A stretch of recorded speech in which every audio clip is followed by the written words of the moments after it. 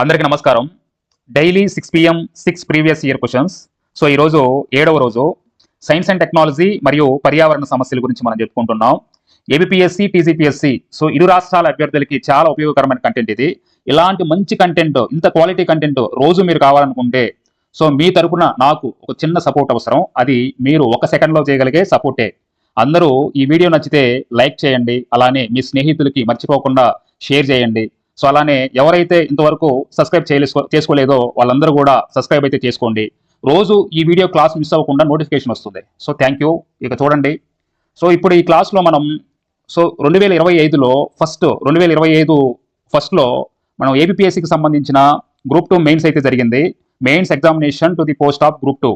అలానే దాని తర్వాత కొన్ని రోజుల తర్వాత ABPSC forest beat officer and assistant beat ఆఫీసర్కి ఒక పరీక్ష జరిపింది. అయితే ఈ రెండిటికి ఎగ్జామినర్ ఎలా లింక్ పెట్టాడు, అలానే ఇందులో వచ్చిన ప్రశ్నలు ఇందులో కూడా రిపీట్ అయ్యాయి.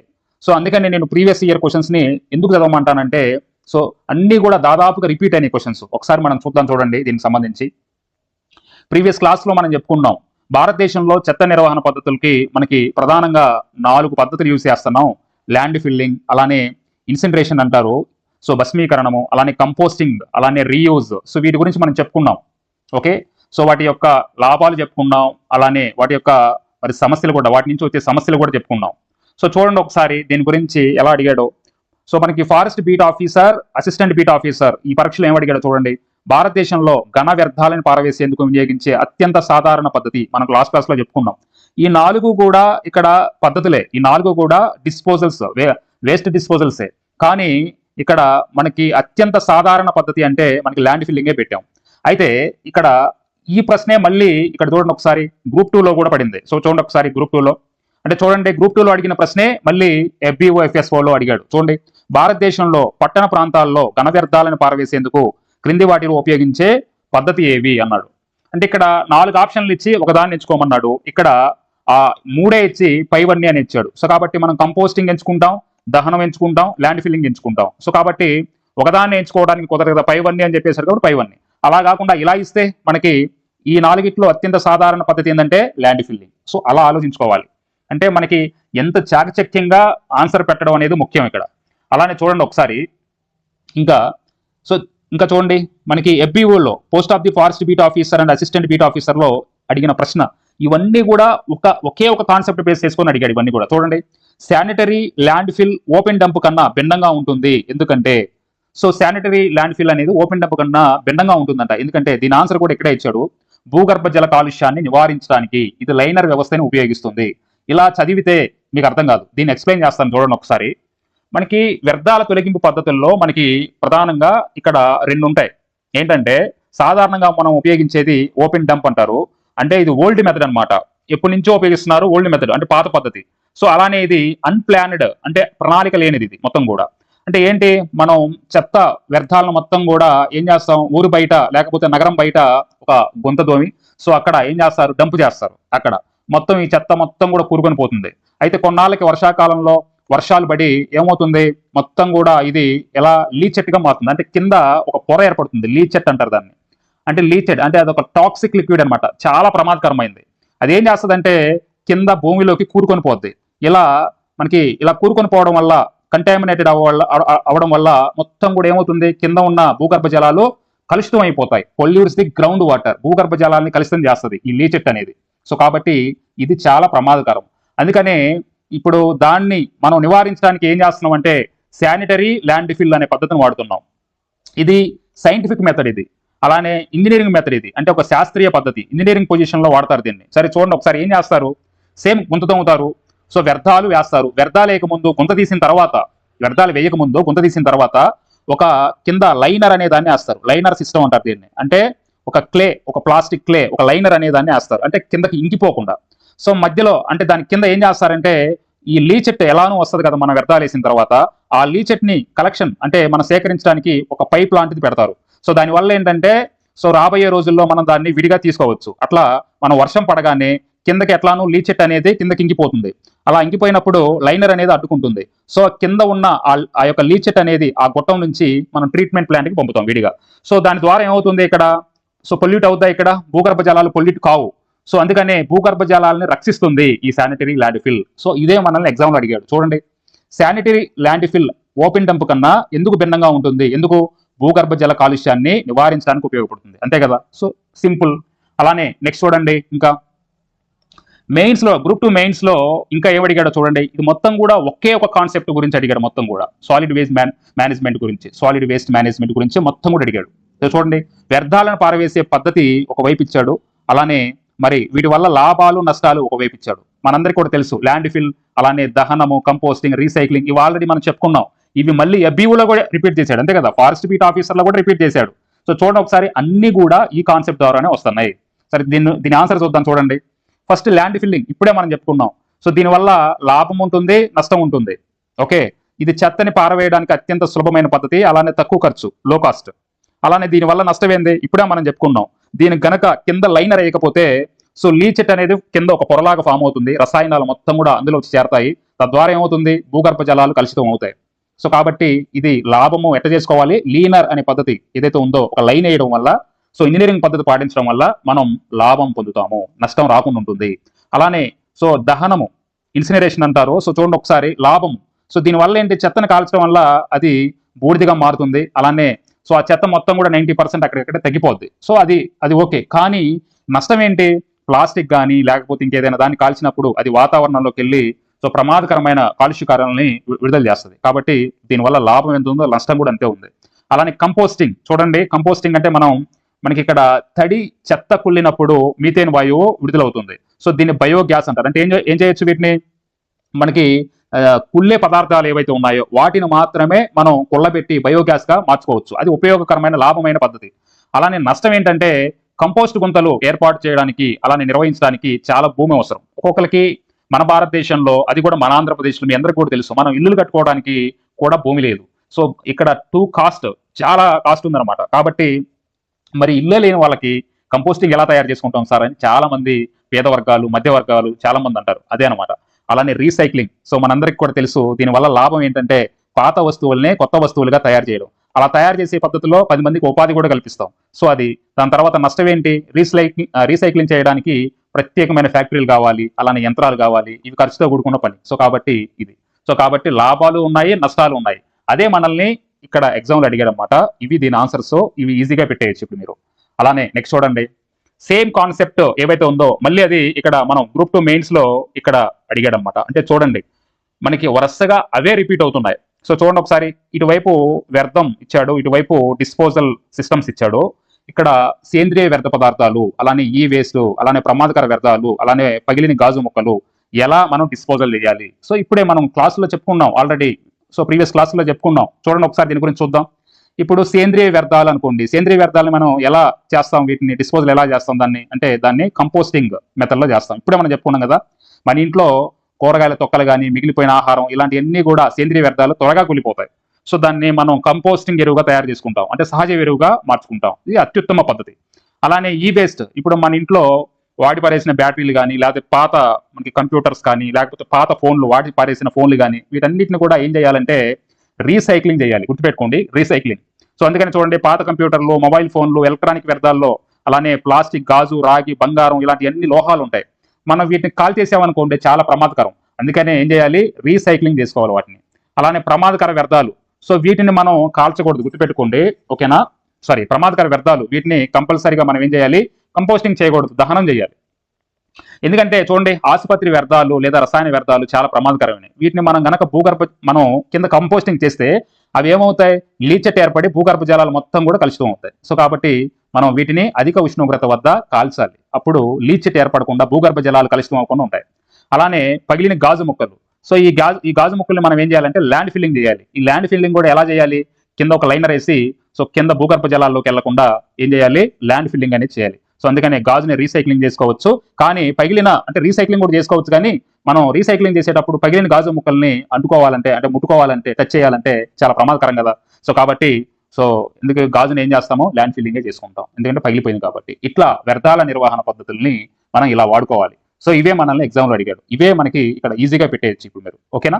తర్వాత నెక్స్ట్ చూడండి. సో ఇదే కాన్సెప్ట్ తోటి తర్వాత మరి గ్రూప్ 2లో అడిగిన తర్వాత ఎఫ్బిఓ ఫారెస్ట్ బీట్ ఆఫీసర్ అలానే అసిస్టెంట్ బీట్ ఆఫీసర్ పరీక్షలు అడిగాడు. సేమ్ ఈ కాన్సెప్ట్తోనే చూడండి ఒకసారి. వ్యర్థాల పదార్థాల నిర్వహణలో వృత్తాకార ఆర్థిక వ్యవస్థ అనే భావన వేటిని ప్రోత్సహిస్తుంది అని అడిగాడు. అలానే ఇదే ప్రశ్న సేమ్ మనకి గ్రూప్ 2లో అడిగాడు, అలానే ఇప్పుడు మనం చెప్పుకున్న ఎఫ్బిఓలో అడిగాడు. చూడండి గ్రూప్ 2లో ఏమడిగాడు చూడండి. సేమ్ వృత్తాకార ఆర్థిక వ్యవస్థ అంటే సర్క్యులర్ ఎకానమీ అంటారు, దానికి సంబంధించి క్రింది వాటిలో ఏది నిజం అని అడిగాడు. చూడండి ఎంత ఈజీగా ఇచ్చాడు, అంటే అడిగిన కాన్సెప్టే అడుగుతున్నాడు.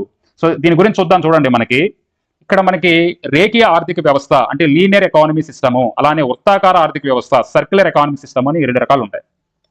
ఓకే, అంటే ఏంటంటే సపోజ్ ఉదాహరణకి నేను ఒకటి చెప్తున్నాను చూడండి. మనం ఒక వస్తువును కొన్నాం.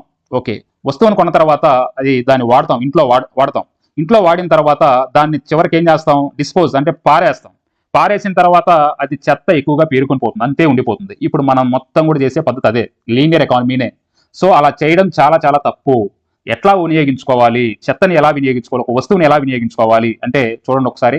ఫస్ట్ అసలు ఒక వస్తువును కొన్న తర్వాత అది వాడిన తర్వాత చెత్త రాకుండా ఏం చేయాలి, రెడ్యూస్ చేసుకోవాలి. చెత్త అనేది మీద పడకుండా, చెత్త అనేది రాకుండా ఫస్ట్ రెడ్యూస్, ఎంత వీలైతే అంత రెడ్యూస్ చేసుకోగలగాలి.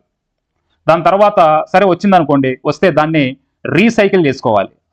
మళ్ళీ దాన్ని ఎలా ఉపయోగించుకోవాలనేది అట్లా ఉపయోగించుకోవాలి, రీసైకిల్ చేసుకోవాలి. దాన్ని రీసైక్లింగ్ అంటే దాన్ని ఒక కొత్త పదార్థంగా, ఒక కొత్త వస్తువుగా మార్చడానికి రీసైక్లింగ్ మెథడ్ వాడాలి. అలా వాడిన తర్వాత రీయూజ్ చేసుకోవాలి, తిరిగి మనం దాన్ని వాడుకోవాలి. ఇట్లా 3R సూత్రాన్ని వాడుకోవాలన్నమాట. ముడి సరుకుగా మార్చి కొత్త వస్తువును తయారు చేసుకునే పద్ధతి వృత్తాకార ఆర్థిక వ్యవస్థ. దీనివల్ల ఏంటి మనకి, సో మనకి మన ఇంట్లో డబ్బులు ఖర్చు అవ్వకుండా ఉంటాయి, కొత్త వస్తువును మళ్ళీ కొనకుండా ఉంటాం. ఓకేనా, ఇది దీనికి సంబంధించి. ఇక తర్వాత నెక్స్ట్ మరి అసిస్టెంట్, ఇంకా చూడండి forest beat officer, assistant beat officer. ఈ పరీక్షలో ఒక ప్రశ్న అడిగాడు చూడండి ఒకసారి. విస్తృతపరిచిన ప్రొడ్యూసర్ రెస్పాన్సిబిలిటీ తయారీదారులకి వేటిని బాధ్యతలు చేస్తుంది? ఇది మీరు చాలా కష్టం అనుకుంటారు. ఈపీఆర్ అంటారు. అంటే ఏంటంటే extended producer responsibility makes manufacturers responsible for. ఏంటి దీనికి ఆన్సర్ ఏంటంటే ఉపయోగం తర్వాత వాటి ఉత్పత్తులను సేకరించడము మరియు రీసైక్లింగ్ చేయడము. సో దీని గురించి చూద్దాం చూడండి. అసలు ఎక్స్టెండ్ ప్రొడ్యూసర్ రెస్పాన్సిబిలిటీ ఈపీఆర్ అంటే ఏంటి, ఫస్ట్ అది మనం తెలుసుకోవాలి.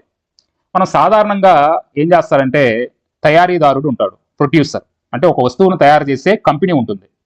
అది ఏం చేస్తుంది, ఆ వస్తువుని అమ్ముకొని ప్రాఫిట్, దానికి లాభం వస్తుంది. ఓకే, అంతవరకు బాగానే ఉంది. మనం కొనుక్కుంటాం, వినియోగదారుడు కన్జ్యూమర్స్ మనం కొనుక్కున్న తర్వాత ఆ వస్తువుని వాడి పడేస్తాం, అది చెత్తలాగా మిగిలిపోతుంది. ఆ చెత్త నిర్వహించే బాధ్యత ఎవరిది, మన ప్రభుత్వానిది, అలానే మున్సిపాలిటీది. సో కాబట్టి లాభాలేమో కంపెనీకి, అలానే చెత్త బాధ్యత ఏమో ప్రభుత్వానికి. ఇది ఎంతవరకు సమంజసం చెప్పండి? సో మంచిది కాదు కదా. ఎందుకంటే ప్రభుత్వం అంటే ఎవరితో కాదు, ప్రభుత్వం అంటే మనమే, అంటే ఖర్చు పెట్టుకునేది మొత్తం కూడా మనమే. కాబట్టి అది సమంజసం కాదు కదా, ప్రభుత్వానికి మున్సిపాలిటీకి వదిలేయాల్సిన బాధ్యత కాదు కదా. అందుకనే ఏం చేశారంటే ఈపీఆర్ విధానం, దీనికి పరిష్కారం ఏంటంటే ఈపీఆర్ విధానాన్ని తీసుకొచ్చారు. అంటే ఏంటి, ఒక కంపెనీ ఉంటుంది, తయారీదారుడు అంటే మ్యానుఫ్యాక్చరర్ ఒక వస్తువును తయారు చేస్తాడు. వస్తువును తయారు చేసిన తర్వాత దానికి ప్రాఫిట్ వస్తుంది. ఓకే, మనం కొనుక్కున్న తర్వాత దాన్ని ఏం చేస్తాం, వాడి పడేసిన తర్వాత ఇక్కడ వినియోగదారుడు ఏం చేయాలి, వినియోగదారుడు వాడి పడేస్తాడు. అయితే తయారీదారుడు మ్యానుఫ్యాక్చరర్ ఏం చేయాలంటే దాన్ని తిరిగి సేకరించాల్సిన బాధ్యత ఎవరిదండి, మ్యానుఫ్యాక్చరర్దే. కంపల్సరీగా మ్యానుఫ్యాక్చరర్దే తిరిగి సేకరించడం. ఇక చాలా మంది బయట చూడండి ఒకసారి, మనం ఏదన్నా ప్లాస్టిక్ కవర్స్ కానీ లేకపోతే డబ్బాలు కానీ ఏదైనా వేస్తే మీరు ఎక్కడ వస్తూ ఉంటారు, బస్ స్టాండ్లో కానీ లేకపోతే రైల్వే స్టేషన్లో కానీ అన్నీ కూడా ఏరుకొని ఒక పెద్ద సంచుల్లో వేసుకొని వెళ్తూ ఉంటుంటారు చాలా మంది వ్యక్తులు. వాళ్ళు పోయి తిరిగి అమ్ముకుంటారు. వాళ్ళు మరి ఎవరికి అమ్ముకుంటారంటే మ్యానుఫ్యాక్చరర్స్, తయారీదారులకి అమ్ముకుంటారు. సో అదనమాట ఇక్కడ జరిగేది. అలానే ఒకవేళ తిరిగి సేకరించకపోతే ఏం చేయాలి, రీసైక్లింగ్ చేయాలి. ఇలా తిరిగి సేకరించిన తర్వాత దాన్ని రీసైక్లింగ్ చేయాలి. ఎట్లానో సేకరించిన తర్వాత దాన్ని రీసైక్లింగ్ చేయాలి. ఒకవేళ రీసైక్లింగ్ చేయలేని పరిస్థితుల్లో ఆ యొక్క మరి పదార్థం ఉంటే ఓకేనా, దాన్ని ఏం చేయాలి, పర్యావరణానికి హాని కలగకుండా డిస్పోజల్ చేయాలి. మనకి డిస్పోజల్ మెథడ్స్ ఉన్నాయి కదా, అట్లా చేయాలి. సో ఈపీఆర్ ప్రధాన ఉద్దేశం ఏంటంటే పర్యావరణ పరిరక్షణ మరియు బాధ్యత ఉత్పత్తిదారుడిదే, అంటే తయారీదారుడిదే. ఇలా ఏ చట్టం ఎక్కడుంది, ఏదైనా చట్టంలో ఉందా, ఏదైనా రూల్స్ లో ఉందా అంటే గుర్తుపెట్టుకోండి. సో భారతదేశంలో extend producer responsibility in India, భారతదేశంలో దీని గురించి ఎక్కడుందంటే గుర్తుపెట్టుకోండి. భారతదేశంలో ప్లాస్టిక్ వేస్ట్ మేనేజ్మెంట్ రూల్స్ 2016 మరియు ఈ వేస్ట్ మేనేజ్మెంట్ రూల్స్ 2016 ఇందులో రాశారు. చాలా చాలా ఇంపార్టెంట్, ఇది మళ్ళీ రిపీట్ అవుతుంది, గుర్తుంచుకోండి. ఓకేనా, ఈపీఆర్ అనేది ఎక్కడ మెన్షన్ చేశారంటే ఈ వేస్ట్ మేనేజ్మెంట్ రూల్స్ 2016, అలానే ప్లాస్టిక్ వేస్ట్ మేనేజ్మెంట్ రూల్స్ 2016 ఇందులో పొందుపరిచారు. ఓకేనా, ఇప్పుడు తను ఏం చేయాలి, ఇప్పుడు దీని ప్రకారం ఈపీఆర్ కింద ఏం చేయాలి, ఉదాహరణకి నేను ఇక్కడ ప్లాస్టిక్ బాల్స్లో మనం కూల్ డ్రింక్స్ మనం చూస్తూ ఉంటాం, కూల్ డ్రింక్స్ థమ్స్ అప్ లేకపోతే ఇవన్నీ ఉంటాయి కదా. సో మ్యానుఫ్యాక్చరర్స్ ఏం చేస్తారు, సేల్ చేస్తారు ఉత్పత్తిని. సపోజ్ ఉదాహరణకి ఇక్కడ ప్లాస్టిక్ బాటిల్స్లో కూల్ డ్రింక్స్ అమ్ముతారు. ఆ కూల్ డ్రింక్స్ కన్సప్షన్ అవుతుంది, అంటే వినియోగం, మనం కొనుక్కుంటాం, తాగుతాం. తాగిన తర్వాత దాన్ని ఏం చేస్తాం, మన ఇంట్లోనో లేకపోతే బయట బజార్లోనో ప్లాస్టిక్ మనకి ఏం చేస్తాం, బయట వేస్ట్గా పడేస్తాం, అంటే డిస్పోజల్. సో అలా పారవేయడం ద్వారా అది వ్యర్థంగా మారిపోతుంది. అంటే జనం డ్రింక్ తాగేసి బాటిల్ని పారేస్తారు. ఓకేనా, పారేసిన తర్వాత ఏం చేయాలి, తర్వాత ఏంటంటే సో దాన్ని కలెక్షన్ చేయాలి, తిరిగి సేకరించాలి. ఆ తిరిగి సేకరించాల్సిన బాధ్యత ఎవరిది, సో తయారు చేసిన మ్యానుఫ్యాక్చరర్స్ది. సో ఎట్లా సేకరించుకుంటారో వాళ్ళ ఇష్టం. అలానే అలా సేకరించిన తర్వాత ఇక్కడ ఏం చేయాలి, దాన్ని మళ్ళీ రీసైక్లింగ్ ప్రాసెస్లోకి ఉపయోగించుకోవాలి. అట్లా మళ్ళీ తన మెటీరియల్లోకి దాన్ని వినియోగించుకుంటారు. ఇట్లా జరుగుతుందన్నమాట. చాలా చాలా ఇంపార్టెంట్ ఇది, మీకు ఉదాహరణతో సహా చెప్పాను, గుర్తుపెట్టుకోండి. అలానే ఇప్పుడే మనం చెప్పుకున్నాం ఈ వేస్ట్ మేనేజ్మెంట్ రూల్స్ 2016 అని. ఓకేనా, సో దానికి అనుబంధంగానే ఇక్కడ ఏం చేశాడు, forest beat officer and assistant beat officer దీనిలో పరీక్షలో మళ్ళీ దానికి అనుబంధంగానే ఒక ప్రశ్న అడిగాడు. ఏమని, భారతదేశంలో అతిపెద్ద ఈ వ్యర్థాలను ఉత్పత్తి చేసే నగరం ఏది, ముంబై. గుర్తుపెట్టుకోండి, ముంబై. ఓకేనా, ముంబై ఈజ్ లార్జెస్ట్ ఈ waste producing city in India. So ఇది చాలా చాలా ఇంపార్టెంట్. అలానే ఇంకా చూడండి, ఫారెస్ట్ బీట్ ఆఫీసర్లోనే ఇంకో ప్రశ్న అడిగాడు. ఘన వ్యర్థాల నిర్వహణ నియమాలు 2016 మునుపటి ఏ నియమాలను భర్తీ చేసింది. ఇది మనం ప్రీవియస్ క్లాస్లో చెప్పుకున్నాం. సో మనకి ఇంతకు ముందు మున్సిపల్ ఘన వ్యర్థ నియమాలు 2000 అని ఉంది. సో దాన్ని కొట్టేసి, ఓకేనా, దాన్ని రద్దు చేసి దాని స్థానంలో ఏం చేశారు, సాలిడ్ వేస్ట్ మేనేజ్మెంట్ రూల్స్ 2016 అనే దాన్ని చేశారు. ఎందుకు చేశారు అనేది కూడా మనకు తెలుసు. ఓకేనా, సేమ్ ఇదే ప్రశ్న మనకి ఎట్లా ఇచ్చాడంటే ఫస్ట్ గ్రూప్ 2లో ఇచ్చాడు ఈ ప్రశ్నే. గ్రూప్ 2లో ఇచ్చిన తర్వాత జరిగిన FBOలో ఇచ్చాడు. చూడండి, రిపీట్ అవుతున్నాయి పరీక్షల్లో ప్రశ్నలన్నీ కూడా. ఓకే, సేమ్ కాన్సెప్ట్ ని బట్టి భారతదేశం యొక్క మున్సిపల్ సాలిడ్ వేస్ట్ మేనేజ్మెంట్ మరియు హ్యాండ్లింగ్ రూల్స్ 2000 యొక్క ప్రాథమిక లక్ష్యం క్రింది వాటిలో ఏది అని అడిగాడు. వ్యర్థాల విభజనని ప్రోత్సహించడం. సరే చూద్దాం. చూడండి, మనందరికీ కూడా తెలుసు పాత నిబంధనల ప్రకారం municipal solid waste management and handling rules 2000 ప్రకారం కేవలం మున్సిపాలిటీ పరిధిలోనే ఉండేది. ఇక్కడ కూడా మున్సిపాలిటీలో సెగ్రిగేషన్ చేసేవాళ్ళు. ఓకేనా, తడి చెత్త పొడి చెత్త అని 2 రకాలుగా సెగ్రిగేషన్ చేసేవాళ్ళు. కానీ ఇక్కడ 2000 రూల్స్ లో ఏం చేసేవాళ్ళు అంటే ఇంటి వద్దే సెగ్రిగేషన్ చేసేవాళ్ళు కాదు. ఓకేనా, మనం బయటికి వెళ్ళి బజార్ దగ్గరికి వెళ్ళి మున్సిపల్ వ్యాన్ వచ్చిన తర్వాత మనం చెత్త ఇస్తే వాళ్ళు తడి చెత్త పొడి చెత్త వేరు చేసేవాళ్ళు. వాళ్ళకి అప్పుడు చాలా టైం పట్టేది, అలానే ఇక వాళ్ళకి బాగా ఖర్చు అయ్యేది. సో అలా కాకుండా కొత్త నిబంధనలో ఏం చేశారంటే ఇక్కడ సాలిడ్ వేస్ట్ మేనేజ్మెంట్ రూల్స్ 2016లో ఏం చేశారంటే కేవలం మున్సిపాలిటీలోనే కాకుండా ఓకేనా రైల్వే స్టేషన్స్, ఎయిర్పోర్ట్స్, తీర్థయాత్ర స్థలాలు, అలానే సెజ్లు, వీటన్నిటిలో కూడా చెత్త అనేది సెగ్రిగేషన్ చేయాలి. సెగ్రిగేషన్ ఎలా చేయాలంటే మూలం వద్దే, ఇక్కడ చూడండి 2016 నియమాలు తప్పనిసరిగా విభజన మూలం వద్ద అంటే ఏంది అంటే ఎక్కడ చెత్త అనేది తయారవుతుందో, మన ఇంట్లోనే కదా చెత్త తయారయ్యేది, మన ఇంట్లోనే 3 డబ్బాలు పెట్టుకోవాలి. సో తడి చెత్త, అలానే పొడి చెత్త, అలానే ప్రమాదకర చెత్త. తడి చెత్త అంటే ఏంటో తెలుసు మీకు, పొడి చెత్త అంటే తెలుసు, ప్రమాదకర చెత్త అంటే తెలుసు. వాటన్నిటిని కూడా మనం ఏం చేయాలి, విభజించుకొని వాటి స్థానాల్లో వేసి, అంటే ఆ డబ్బాల్లో వేసిన తర్వాత సో ఎప్పుడైతే ఆ మున్సిపల్ వ్యాన్ వస్తుందో వాళ్ళకి ఇవ్వాలి. ఇదిగో తడి చెత్త, ఇదిగో పొడి చెత్త, ఇదిగో ప్రమాదకర చెత్త అని ఇవ్వాలి.